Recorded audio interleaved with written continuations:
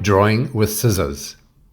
These activities are all about helping young students refine paper folding, draw freehand circles, and improve their scissor skills, including how to make their first folded paper cutout art. Materials you will need: sheets of white copy paper, sheets of colored craft paper, HB pencils, scissors, and glue sticks. Why are we doing these activities? What are the learning goals? By the end of the lesson, students will be able to create a square from a rectangular sheet of paper without using a ruler, cut in straight lines using scissors, draw a freehand circle, that is, without using a compass and without tracing around an object, cut a series of curved edges with scissors while controlling the dimensions and shape by eye, create folded paper cutout art, and understand symmetry and mirror imaging. Challenge 1. Cut a square. Fold a sheet of paper like this. Be careful to make sure the fold starts exactly in the corner of the sheet and that the two edges are precisely aligned with each other. Run your fingers or hand down the fold and then cut off the end of the sheet of paper using the overlapping edge as a guide. Now you have a square. You will need a second square, so repeat this exercise. Challenge 2. Draw a circle. Take one of the squares and lay it flat on the table. Take a sharp HB pencil. Now you're going to draw a freehand circle. I made a separate video about how to do this, so scan the on-screen code or click on the link in the description below to see how to create your own freehand circles. Challenge 3. Peel the orange. Cut out the circle you have just drawn. We're going to cut this circle of paper into the thinnest and longest spiral we can without any breaks, starting at the outer edge and cutting slowly and carefully round and round and round.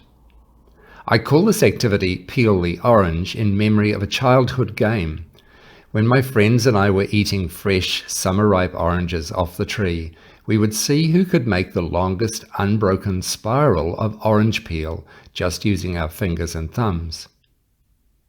When we make this paper version in class, each young student will refine their cutting skills no matter how fast or slow they cut, and no matter how short or long their spiral is. I allow my students space to learn for themselves. There is no right or wrong here. The object is to try. Some students get completely hooked by this activity. In fact, I had one who worked so carefully and so precisely on cutting the thinnest and longest strand of paper they could that it took them the whole lesson. I didn't mind in the least that they didn't even start the next activity.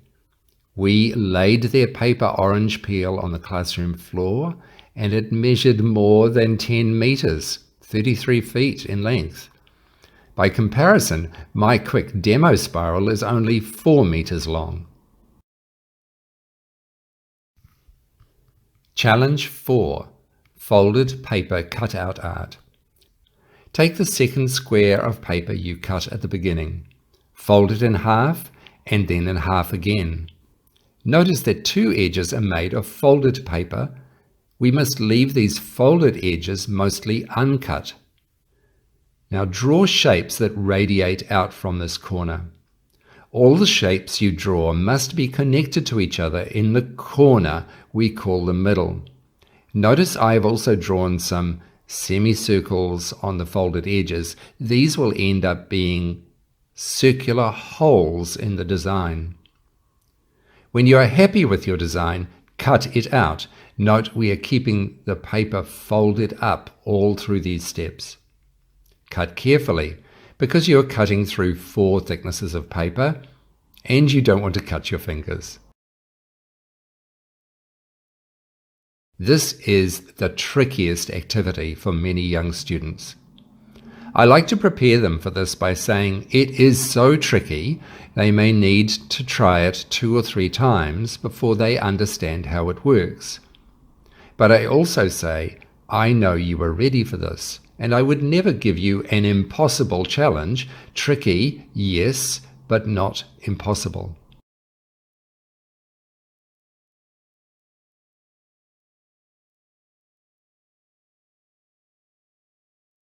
Now open it out and turn it over to hide your pencil marks.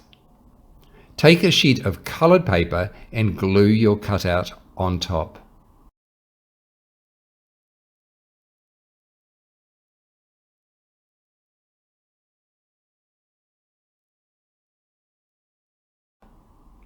Many students doing this for the first time will immediately want to repeat the activity and try a different, more premeditated design.